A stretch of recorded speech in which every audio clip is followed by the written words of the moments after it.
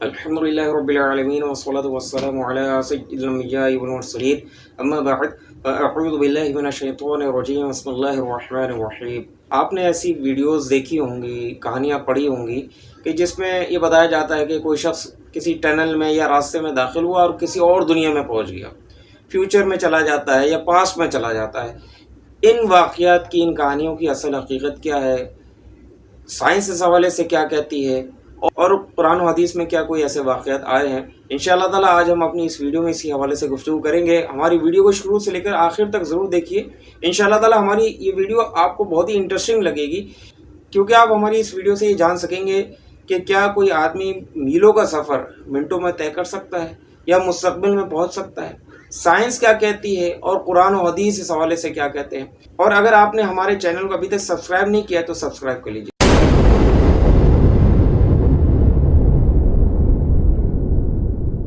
صلو علی الحبیب صلی اللہ تعالی علی محمد۔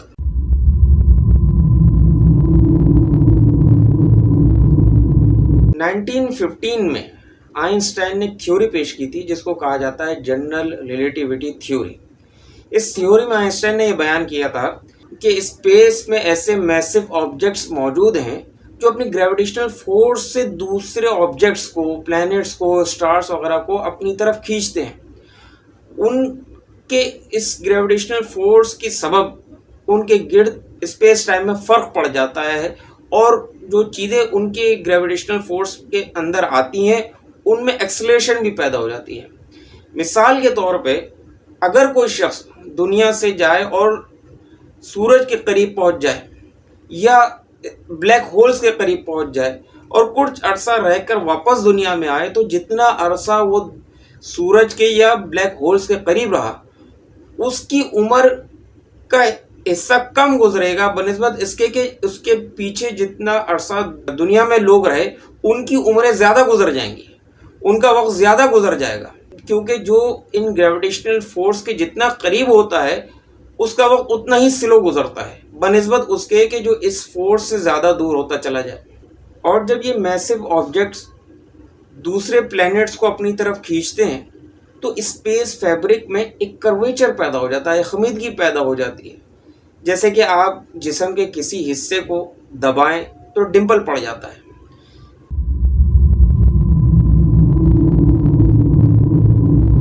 اس تھیوری کے 20 سال بعد آئنسٹائن اور نیتھن روزن نے مزید اس تھیوری کو ایکسپلین کیا اور بتایا کہ اسپیس کے اندر ایسے بریجز اور ٹنلز موجود ہیں جو دو دور دراز پوائنٹس کو آپس میں ملاتے ہیں۔ یہ شارٹ کٹس ہیں کہ جو سفر ملینز آف ایئرس کا تھا وہ منٹوں میں طے ہو جاتا ہے، تھوڑے سے وقفے میں طے ہو جاتا ہے۔ اس تھیوری کو آئنسٹائن روزن بریجز کہا جاتا ہے۔ قرآن و حدیث میں ایسے کوئی واقعات ملتے ہیں یا نہیں، آئیے ہم اس طرف بھی دیکھ لیتے ہیں۔ اللہ تبارک و تعالیٰ ارشاد فرماتا ہے سورۃ الذاریات آیت نمبر 7، وَالسَّمَاءِ ذَاتِ الْحُبُقِ، اور قسم ہے راستے والے آسمان کے، یعنی معلوم ہوا کہ آسمان میں راستے ہیں۔ نبی کریم صلی اللہ تعالیٰ علیہ وسلم جب معراج پہ تشریف لے گئے تو آپ جب پہلے، دوسرے، تیسرے، چوتھے آسمان ایک ایک کر کے جتنے آسمان پہ جاتے تو اس کے دروازے آپ علیہ الصلوۃ والسلام کے لیے کھولے جاتے اور آپ اس میں سے داخل ہوتے۔ پھر جب آپ جنت میں پہنچے تو حضرت بلال حبشی رضی اللہ تعالیٰ عنہ کی جوتیوں کی آواز اپنے آگے سنی،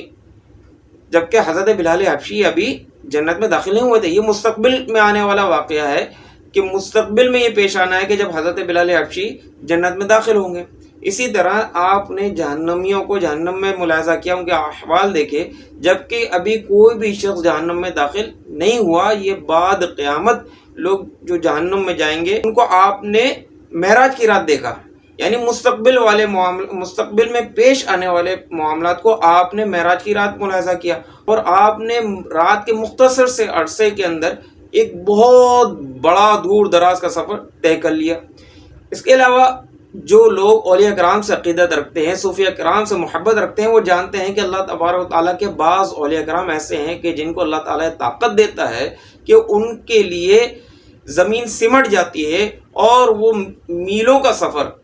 منٹوں میں طے کر لیتے ہیں۔ اگر میری بات آپ کو سمجھ میں نہ آئے تو آپ سورۃ النمل آیت نمبر 40 کی تلاوت کیجیے۔ آیت نمبر 40 میں اللہ تبارک و تعالیٰ حضرت سلیمان علیہ السلام کا وہ واقعہ بیان کرتا ہے کہ جب آپ نے اپنے درباریوں سے فرمایا کیا کوئی ہے کہ جو بلقیس کا ملکہ بلقیس کا تخت میرے سامنے اس کے آنے سے پہلے لے آئے، تو ایک جن کھڑا ہوا اور عرض گزار ہوا کہ میں آپ کی مجلس ختم ہونے سے پہلے لے آؤں گا۔ حضرت سلیمان علیہ السلام نے فرمایا میں اس سے بھی زیادہ جلدی چاہتا ہوں۔ تو ایک اللہ کے ولی جو انسان تھے وہ کھڑے ہوئے حضرت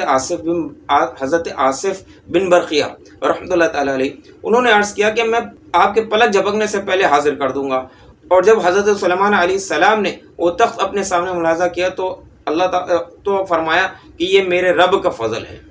جبکہ وہ ملکہ بلقیس کا تخت کئی میل کے فاصلے پر موجود تھا، لیکن حضرت آصف بن برقیہ جن کے متعلق اللہ تعالیٰ نے فرمایا کہ اس کے پاس کتاب کا علم تھا، انہوں نے پلک جھپکنے سے پہلے حاضر کر دیا۔ حضرت عمر فاروق رضی اللہ تعالیٰ عنہ جو مسجد نبوی شریف میں خطبہ دے رہے تھے، آپ نے ایک لشکر اسلامی کو ملاحظہ کیا جو نہاوند میں جہاد کر رہا تھا کہ اس کو شکست ہونے والی تھی۔ آپ نے وہاں سے آواز بلند کی کہ یا ساریۃ الجبل، کہ اے ساریہ پہاڑ کی اوڑ لے لو، پہاڑ کو پیٹ کر لو۔ آپ نے ایک میلوں دور جو اسلامی جہاد ہو رہا تھا اس کو مسجد نبوی شریف سے ملاحظہ کیا اور وہاں سے اپنی آواز لگائی جو حضرت ساریہ تک پہنچی، اور حضرت ساریہ نے وہ آواز سنی اور لشکر اسلامی کو اللہ تعالیٰ نے فتح یابی عطا فرمائی۔ نیز روایت میں آتا ہے کہ جب انسان سوتا ہے تو اس کی روح جسم سے جدا ہو جاتی ہے، لیکن اس کا ایک تعلق برقرار رہتا ہے کہ جس کی وجہ سے سویا ہوا آدمی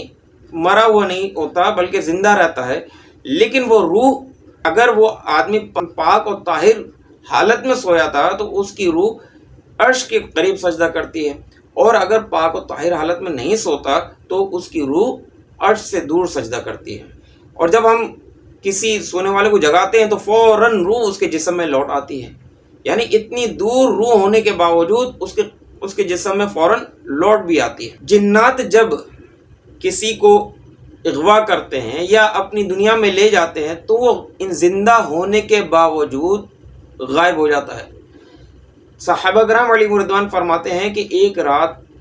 ایسا ہوا کہ ہم نے نبی کریم صلی اللہ تعالیٰ علیہ وسلم کو سب جگہ تلاش کیا مگر آپ نہ ملے۔ ہم پریشان ہو گئے، ہم کہنے لگے کہ کیا کوئی جن آپ کو لے گیا یا آپ کو خفیہ طور پر شہید کر دیا گیا۔ ہم بہت پریشان تھے، ساری رات پریشان رہے۔ صبح جب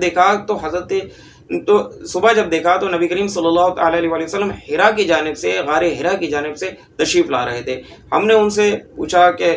کیا ہوا تھا کہ ہم ساری رات پریشان تھے کہ حضور کہاں تشریف لے گئے، انہیں کیا حادثہ پیش آ گیا؟ تو نبی کریم صلی اللہ تعالیٰ علیہ وسلم نے فرمایا کہ میرے پاس جنات کا ایک نمائندہ آیا تھا، میں ان کے پاس گیا تھا، ان پر قرآن کریم کی تلاوت کری۔ اسی طرح ایک اور روایت میں آتا ہے کہ حضرت عبداللہ بن مسعود رضی اللہ تعالیٰ عنہ نبی کریم صلی اللہ تعالیٰ علیہ وسلم کے ساتھ ایک مقام پر تشریف لے گئے، وہاں جنات حضور علیہ صلی اللہ والسلام کے پاس حاضر ہوئے، لیکن نبی کریم صلی اللہ تعالیٰ علیہ وسلم نے حضرت عبداللہ بن مسعود رضی اللہ تعالیٰ عنہ کو ایک مقام پہ بٹھا دیا اور ایک خط یعنی لائن کھینچ دی کہ اس سے باہر نہیں آنا۔ جب صبح ہوئی تو حضور نبی کریم صلی اللہ تعالیٰ علیہ وسلم حضرت عبداللہ بن مسعود رضی اللہ تعالیٰ عنہ کے پاس تشریف لائے اور ان سے فرمایا کہ اگر تم اس لائن سے، اس خط سے باہر آتے تو بعض جن تمہیں اغوا کر لیتے۔ تو اس سے معلوم ہوا کہ اللہ تبارک و تعالیٰ چاہے تو انسان پل بھر میں میلوں کا سفر طے کر سکتا ہے۔ ایسا پاسبل بھی ہے اور ایسا واقع بھی ہے کہ کوئی شخص کہ جس کو اللہ تعالیٰ طاقت و قوت عطا فرماتا ہے وہ میلوں کا سفر منٹوں میں طے کر لیتا ہے، ایک دنیا سے دوسری دنیا میں چلا جاتا ہے، یا اس پر مستقبل کے معاملات کو حال میں ہی دیکھ لیتا ہے، حال میں ہی مستقبل کے معاملات کو ایسے دیکھ لیتا ہے جیسے وہ ابھی پیش آ رہے ہوں۔ اور اللہ تبارک و تعالیٰ چاہے تو ایک آدمی زندہ ہوتے ہوئے کسی دوسرے عالم میں، دوسری دنیا میں جا سکتا ہے، جیسے کہ انسان اگر جی رہا ہے، زندہ ہے، تو اگر اس کو جنات نعوذ باللہ من ذالک اغوا کر لیتے ہیں تو وہ دوسری دنیا یعنی جنات کی دنیا میں چلا جاتا ہے، انسانوں سے غائب ہو جاتا ہے، لیکن وہ زندہ رہتا ہے مگر دوسری دنیا میں، دوسری دنیا یعنی جنات کی دنیا میں چلا جاتا ہے۔ ہماری ویڈیو اگر آپ کو پسند آئی ہو تو ضرور لائک اور کمنٹ کیجیے۔ صلو علی الحبیب صلی اللہ تعالی علی محمد۔